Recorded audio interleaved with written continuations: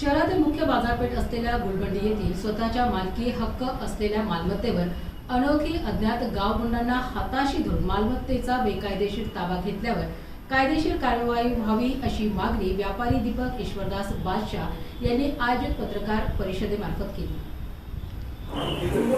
महत्त्वाचा विषय असा आहे की आमच्याकडे अजूनपर्यंत त्यांचं जे म्हणणं आहे की त्याच्याकडे रजिस्ट्रीची कॉपी आहे त्या संबंधित मालमत्तेची, त्याची प्रत अजूनपर्यंत आम्हाला प्राप्त नाही। त्याच्यामुळे ती प्राप्त झाल्यानंतर आम्ही त्याविरुद्धसुद्धा रजिस्ट्री ऑफिसमध्ये जाऊन कंप्लेंट दाखल करणार आहोत आणि आम्ही हे कंप्लेंट दाखल करू की त्या लोकांना पाबंद करण्यात यावे त्या बाबतीत, की रजिस्ट्री चुकीची रजिस्ट्री ही बाद करण्यात यावी।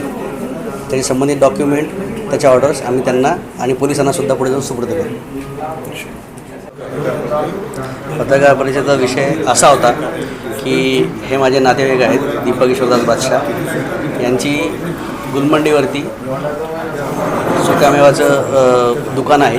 हे व्यवसाय करतात, प्रतिष्ठित व्यापारीत आहे आणि हे काही वर्षापासून तिथे व्यापार करत आहेत। इमानी इतबार आहे, सरकारला राजस्व देत आहेत, टॅक्स पे करत आहेत, इमाने व्यापार करत आहेत। तर त्यांच्या जागेचा काही गुंडांनी बेकायदेशीररित्या त्यांच्या दुकानाचा ताबा घेतलेला आहे, याचे सर्व डिटेल्स आम्ही पत्रकार परिषदेत आत्ताच दिलेले आहेत।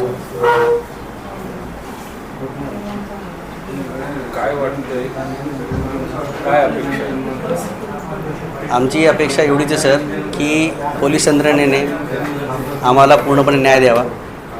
ही ढिसाळ यंत्रणा काही कामाची नाही।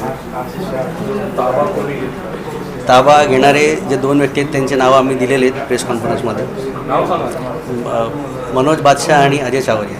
मनोज बादशाह आपल्या नात्यात येतात? हा, ते दीपक बादशाह यांचे चुलत बंधू लागतात।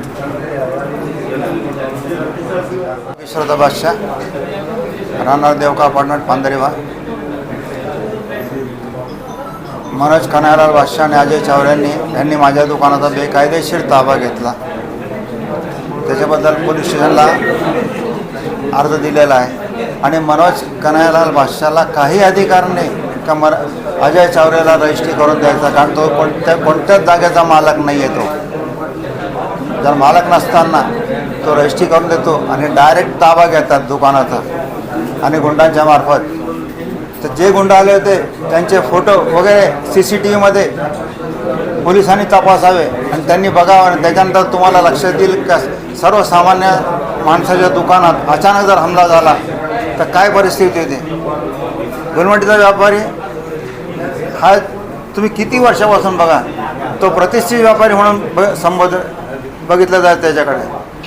आज परिस्थिती अशी आहे की गुलमंडीत व्यापारी चोर झालेला आहे आणि जे चोर झालेले ते प्रतिष्ठित झालेले। काय वाटतं या प्रकरणात संबंधित पोलीस अधिकाऱ्यांनी आपल्याला सहकार्य केले नाही? जे संबंधित अधिकारी होते त्यांना पेपर दाखवले, सगळं झालं, पण त्यांनी सहकार्यच केलं नाही सर। काय करणार? अजून तर गेलो नाही।